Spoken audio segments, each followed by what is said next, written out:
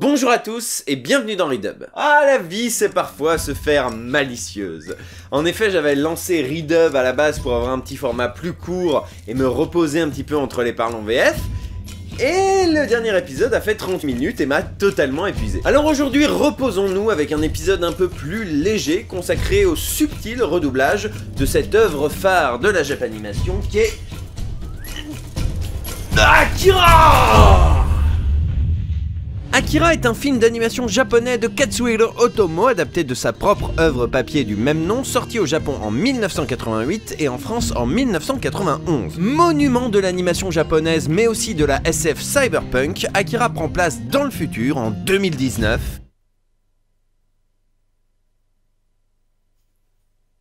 À Neo-Tokyo, une ville ravagée par le chômage et les bagarres de motards loupards tels que Tetsuo, un jeune punk qui à la suite d'un accident va être utilisé comme cobaye par l'armée pour développer des pouvoirs psychiques dont il va rapidement perdre le contrôle. Ouais, c'est le moins qu'on puisse dire. Bon alors on va commencer par les évidences. Voyez Akira.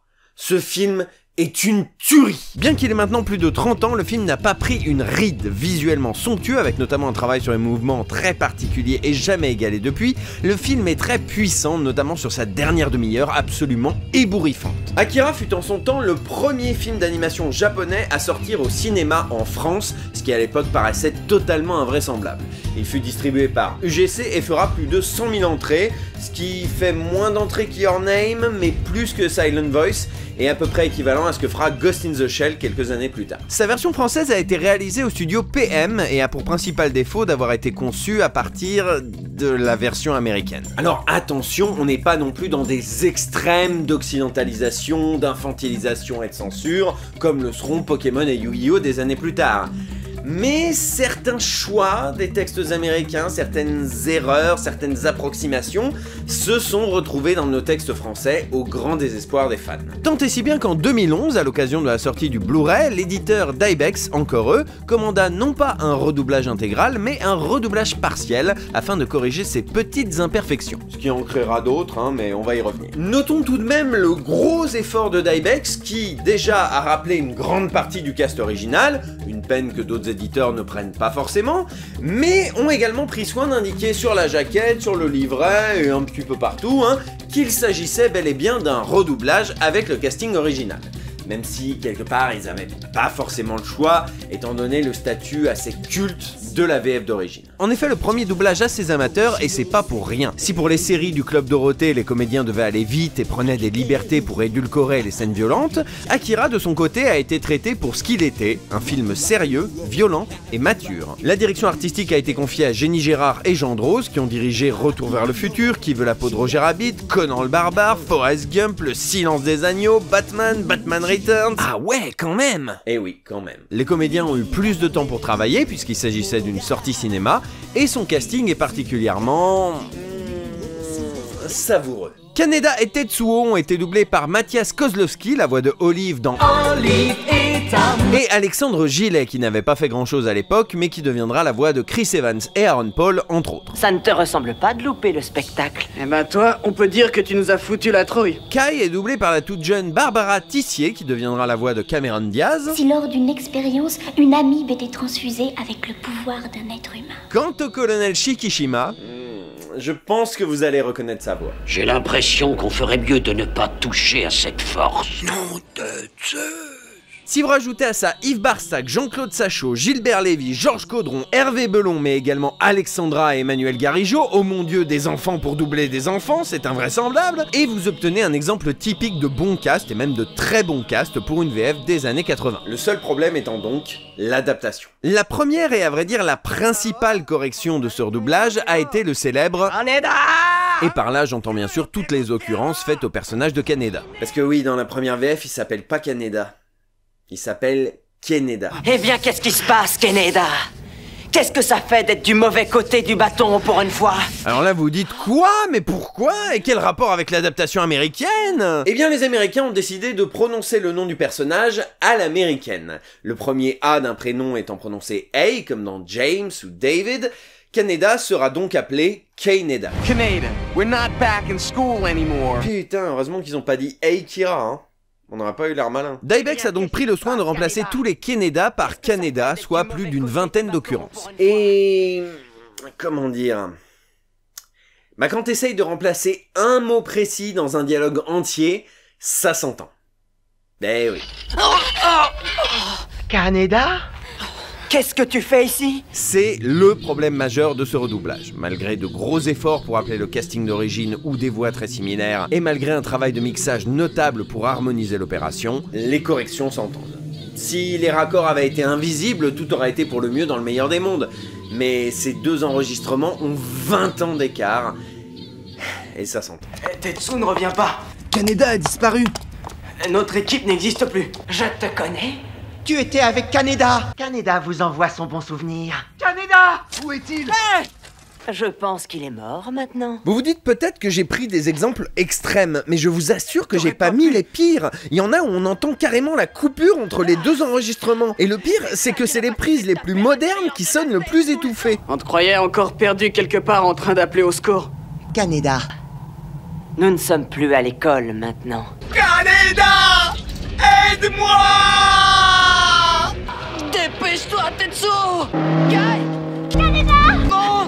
Pourtant, corriger des répliques isolées, c'est pas une impasse technique en soi. On a bien vu pour Full Metal Alchemist que les raccords du redoublage DVD étaient invisibles. Mais il faut bien le dire, les retakes ont été faites dans le même studio, avec le même équipement, les mêmes acteurs à quelques mois d'intervalle, et alors que tous les fichiers du premier doublage étaient encore accessibles. Ce qui n'est pas le cas d'Akira, dont le doublage d'origine a été enregistré sur bande, pour lequel on ne possède plus les éléments du projet d'époque, et alors que les retakes ont été enregistrés dans un studio numérique. Même en arrosant de pognon le département mixage, ces deux prises étaient inconciliables. Alors oui, bien sûr, c'est pas anodin de redonner à un personnage principal son vrai nom. Mais si c'est pour entendre des rustines de partout, on peut se poser la question de la nécessité de la chose. Et en parlant de la nécessité de la chose... parlons des autres corrections. Si on compare la version sous-titrée à la première version française, on se rend facilement compte de certaines décisions américaines, comme la grande difficulté à faire parler les enfants de la mort et du fait de tuer Tetsuo. Takashi! 一緒にやっつけるんだ。京子が言ったんだ。お前がアキラ君を起こすって。そうしたらもう誰にも止められないんだ。だからその前にお前を。Takashi, nous devons le contrecarrer. Kyoko nous a dit, c'est toi qui vas le réveiller. Si cela arrive, personne ne pourra l'arrêter.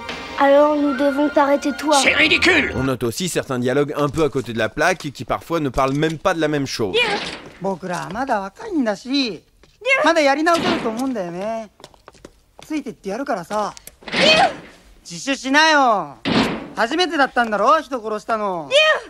さあ、身も心も綺麗になったらお茶でも飲みに行こうよ。Écoute, je sais qu'on a pris un mauvais départ, mais ça ne veut pas dire qu'on ne collera pas ensemble. Tu vois ce que je veux dire? Tu vois que je crois que nous sommes faits l'un pour l'autre.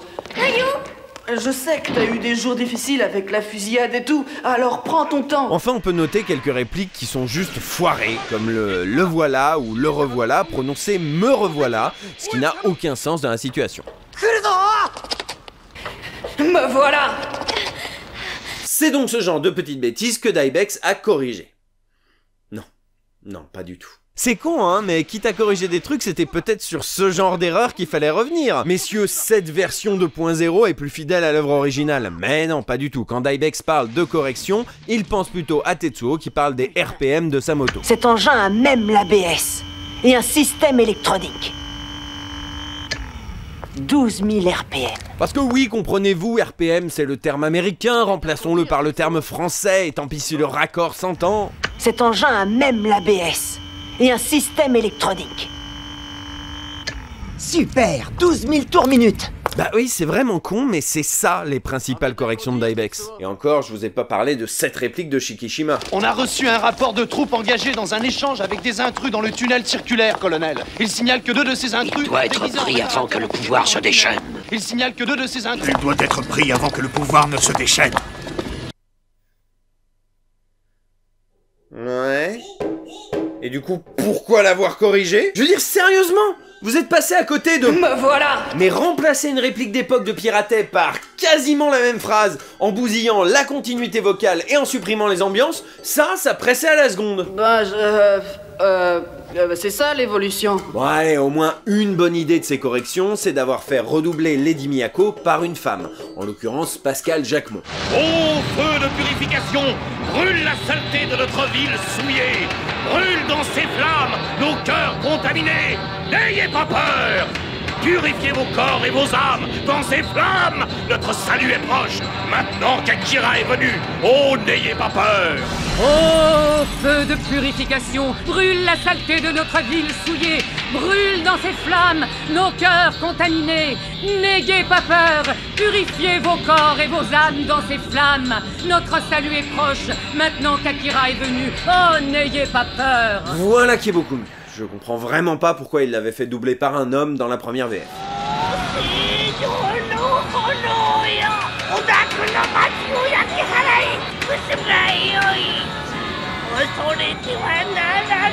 Ah, ben peut-être parce que c'est un homme en VO?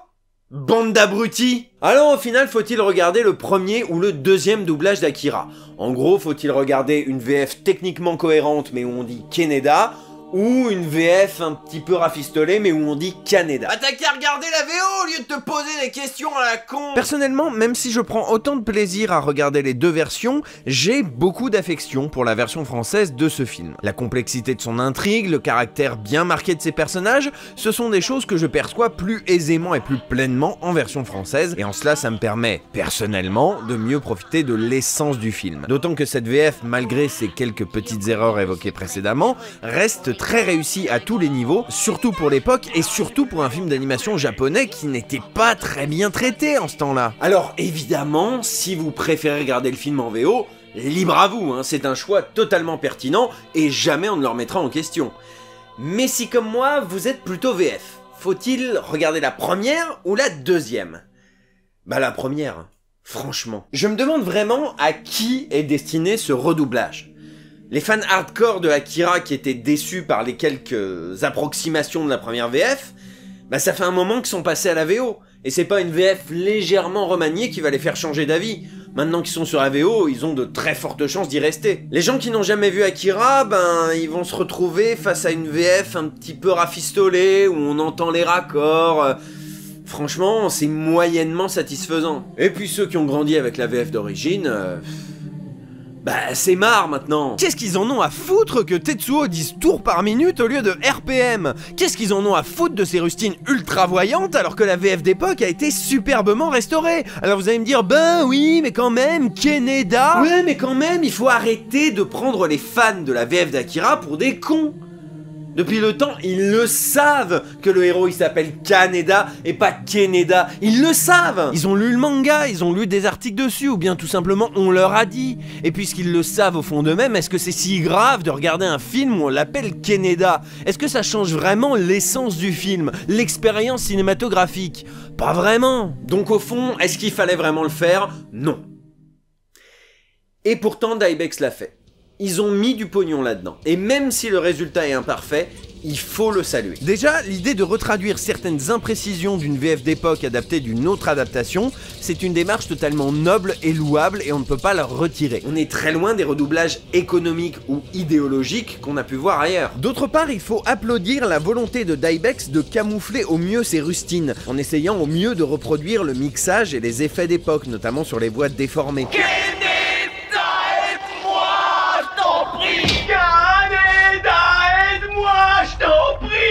Mais ils ont également pris la peine de rappeler le casting original. Encore une fois, c'est une peine que sont loin de prendre tous les éditeurs. Et ça, c'est bien. On peut aussi aborder le fait d'expliquer clairement qu'il s'agit d'un redoublage, en expliquant les raisons aux spectateurs, et pas le faire en scred sans rien dire à personne, en espérant que personne s'en rendra compte, comme ces petits bâtards de chez Disney. Encore une démarche honorable. Mais surtout, et c'est le point essentiel de cette histoire, contrairement à Amadeus et Fullmetal Alchemist, Daibex nous laisse le choix. Daibex laisse à notre disposition les deux doublages, aussi bien la correction contemporaine que la VF d'origine perfectible, et les deux sont remasterisés au possible. Et c'est le cas quel que soit le support, hein, du DVD de 2011 au dernier Blu-ray en date. Même dans le coffret Ready Player One, on a accès aux deux doublages.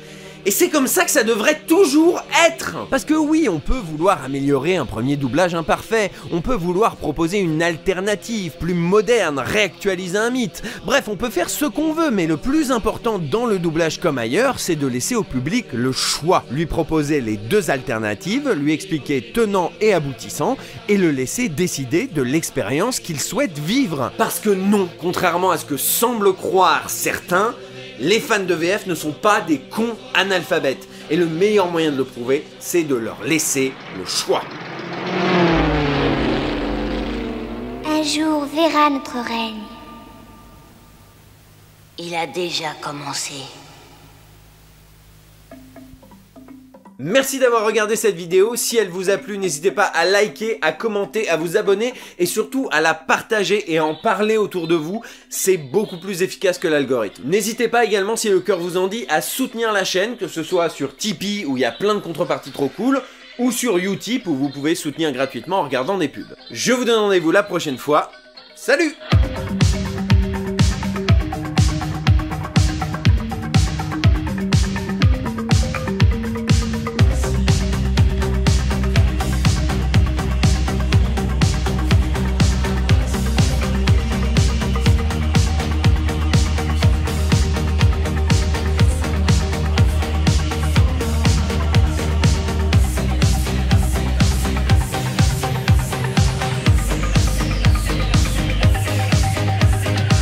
Ça ira, ça ira, ça ira.